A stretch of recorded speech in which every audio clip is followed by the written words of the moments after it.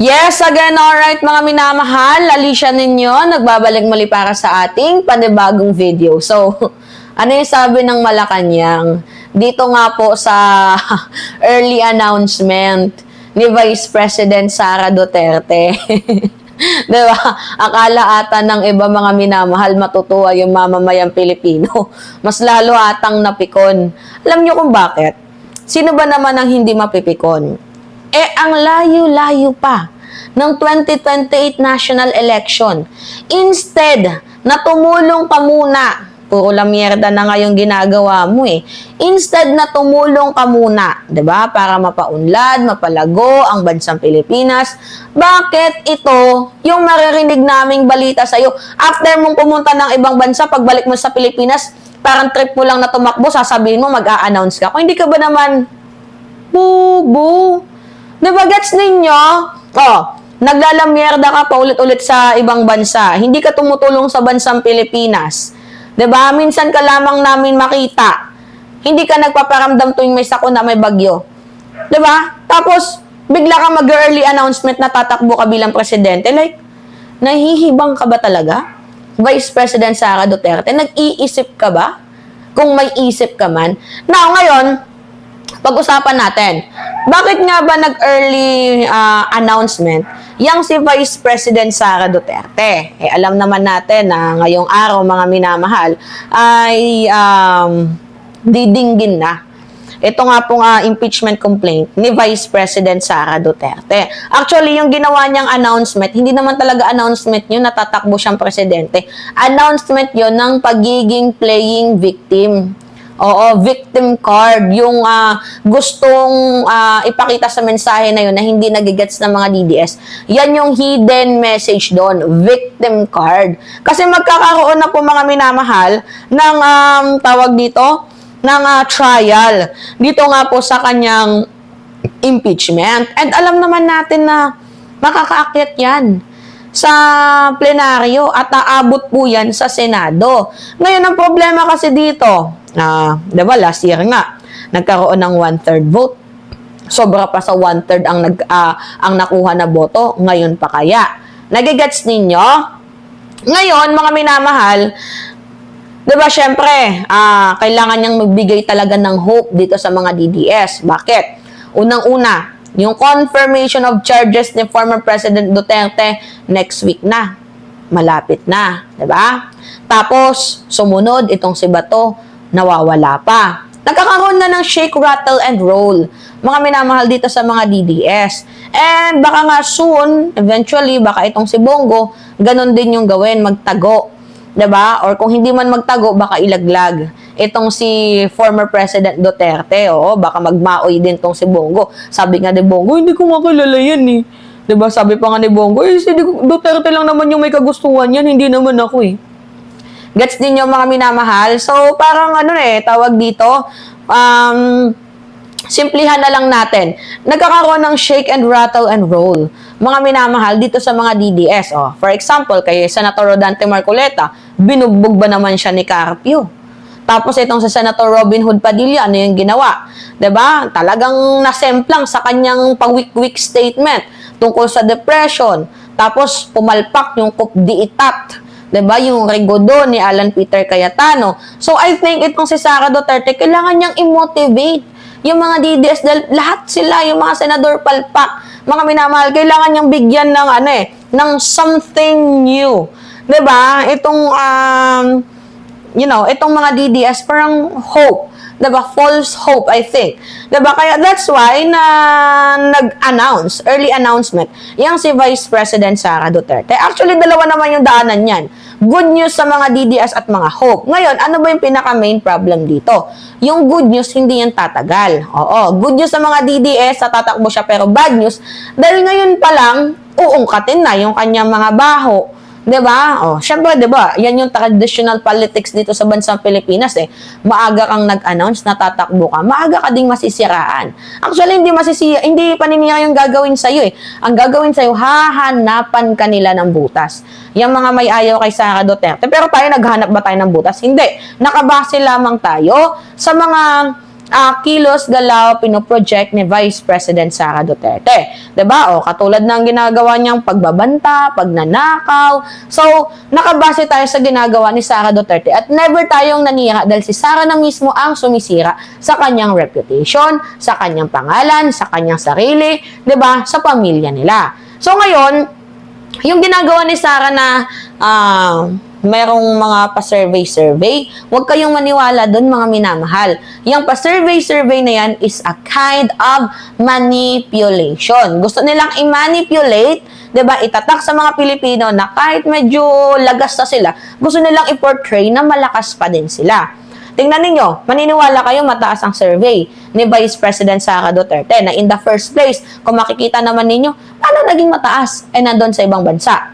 Paano naging mataas? Hindi naman nagtatrabaho. Paano naging mataas? Hindi naman natin nakikitang tumutulong, 'di ba? Para mapaunlad ang bansang Pilipinas. Nagigets ninyo? So lahat kayo mapapatanong na paano, ano yung nangyari, bakit? 'Di ba?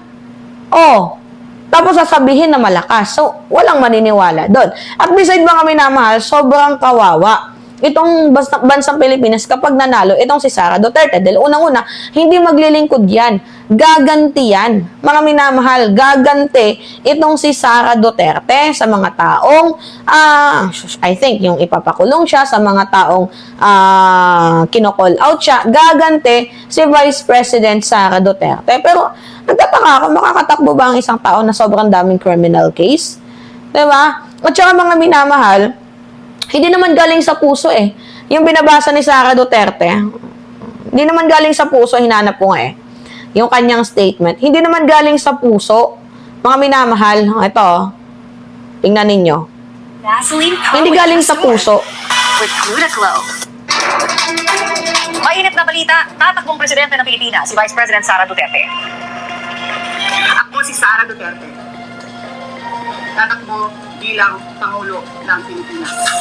Sinabi yan ng Vice Presidente sa kanyang press conference ngayong umaga. Bago yan, humingi ng tawad si Vice President Duterte sa publiko dahil tinulungan niya raw mahalal si Pangulong Bongbong Marcos. Umali siya noon bilang bahagi ng gabinete kahit alam daw niya ang kapalit nito ay ang impeachment laban sa kanya.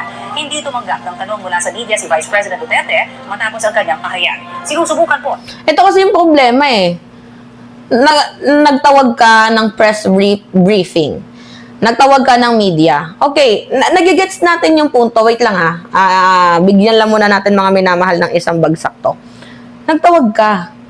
Diba ng press briefing? Nagpa-media ka. The problem here is, nagpa-media ka pero bawal yung tanong. Ano yun? Anong klase yun? Bakit bawal magtanong? Mga minamahal. Tumakbo ka pa. Nagpa-media ka pa. Kung bawal ka lang din tanongin.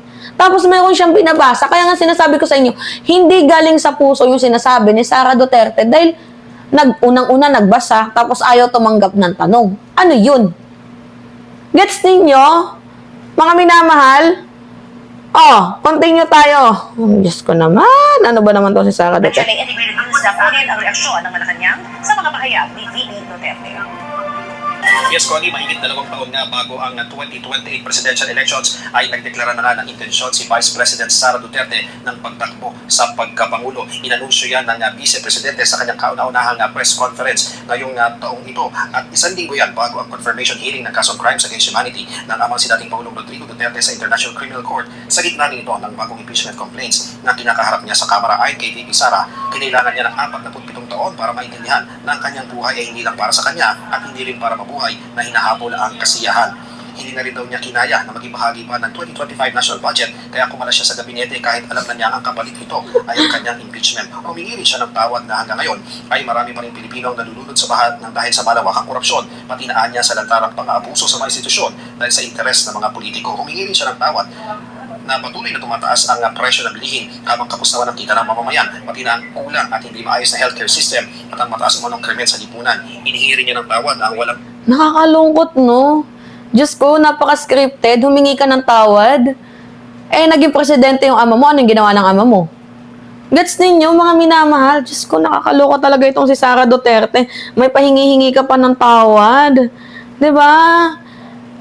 Dapat nga mas humingi ka ng tawad sa aming mga Pilipino dahil sa ginawa ng ama mo. Ang daming pinatay, 'di ba? Sa amin ka humingi ng tawad tungkol sa ginawang kasalanan ng ama mo. Si PBBM ginagawa lang yung nakakapat eh. 'Di ba? Diyos ko naman. Alright, continue tayo. Malinaw mo at kawalan niya ng independent foreign policy ng bansa na naiipit sa tunggalian ng superpowers na China at Amerika. Narito po ang bahagi ng pahayag ni VP Sara. Hindi ako kailanman natakot sa pagsira nila sa pangalan ko. I cannot kneel before each and every Filipino to beg for forgiveness. Instead, I offer my life, my strength, and my future in the service of our nation. Connie, marami pa sanang tanong tayo, no? Gayun din yung ibang kasamahan natin sa media patungkol nga sa kanyang desisyon, pero matapos yung kanyang talumpati ay lumabas na ng bulwagang ito si Vice President Sara Duterte at hindi na tumanggap ng anumang mga tanong. Yan muna ang latest. Balik sa iyo, Connie. Maraming salamat, Ian Cruz. Diyos ko, no? Itong si Sara Duterte. Ngayon, ano ba yung naging sagot ng Malacanang dyan? Eto, mga minamahal. Good luck daw. Si Bonso, dito lang phone niya.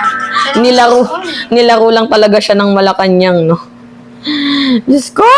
Okay, after magpa-press briefing ni Sara, nagpa-press briefing daw then si Yusek Claire. Jimmy 7. Good morning, Yusek Claire. Vice President Sara Duterte has declared her intention to run for president in the 2028 elections. What does the palace have to say about this? Good luck. Good luck. Good luck. Have you spoken to the president about this development at ano pong sabi niya? Nadinig niya po. At sabi niya po ay good luck. Yun lamang po. At nadinig niya po ang mga sinabi na pinagsisisihan at hinihingi ng patawaran itong sa Vice Presidente. At yun nga po, may mga bahagi nga yung kanyang pahayag that the palace might want to respond to. Unang-una, if I may quote, sa unang mga buwan ng aming mga termino, nakita ko na ang kawalan ng katapatan ni Bongbong Marcos Jr. sa mga pangako binitiwan ng kampanya. At kasunod po nito, humingi siya ng patawad kung tinulungan daw niyang mahalal si BBM bilang Pangulo. Okay, isa-isahin natin. Mas maganda po yan. Humingi siya ng kapatawaran dahil tinulungan niya sa pangangampanya. Tandaan po natin, ang taong bayan ang naghalal kay Pangulong Marcos Jr. Kung ano man po ang natulong niya, pareho naman po sila nagtulungan dahil ito ay unity team. Kaya wag niya pong suluhin ang credit kung nanalo man ang Pangulo. At nakikita ngayon ng Pangulo, at rather ng mga kababayan natin, kung sino ba nagtatrabaho. Isang working president compared sa Vice Presidente. Isa pa ho, again, if I may quote, di ko kinaya maging bahagi ng 2025 budget na tagtad ng katiwalian, pinili kong umalis sa gabinete kahit alam ko na since 2023 ang magiging kapalit ang aking impeachment. Pinag-uusapan po ba ang korupsyon, ang katiwalian? Siguro po dapat mauna muna na ihingi niya ng tawad kung ano man ang mga issue ng korupsyon at katiwalian at di umanong paglulustay ng confidential funds ng kanyang dalawang opisina at the time, OVP at ng DepEd. Kung meron pang napipintong impeachment, ito po ay dahil sa kanyang kagagawan mismo. Kung wala naman siyang ginawa ng mga maanumalya at labag sa konstitusyon, hindi naman po siguro siya masasampahan ng mga impeachment complaints. Pero dapat tandaan po natin, balikan po natin dahil sasabi niya para ma-shield siya sa mga impeachment complaints.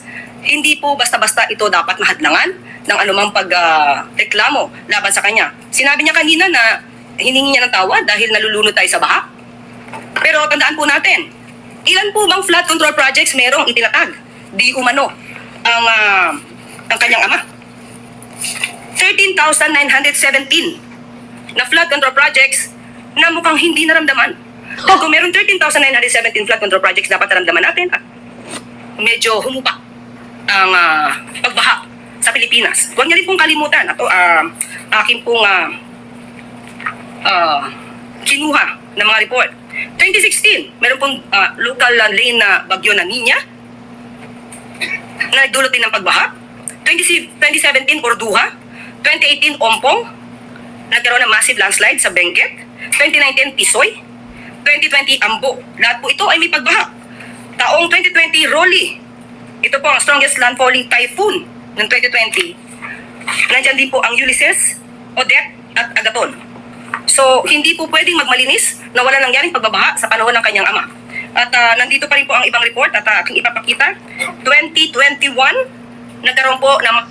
Diba? So, sa pool dyan, mga minamahal. Ngayon, sa madaling sabi, itong si Sara Duterte nagmamalinis. Yan ang sinasabi ko sa inyo eh. Diba? Ang tagal na mayroong nangyayari anomalya, corruption sa kanila, pero bakit parang sinisisi lamang po dito lahat ay ang presidente? My God, Sara Duterte, mahiya ka naman sa brain cells mo. Alright, mga minamahal kayo.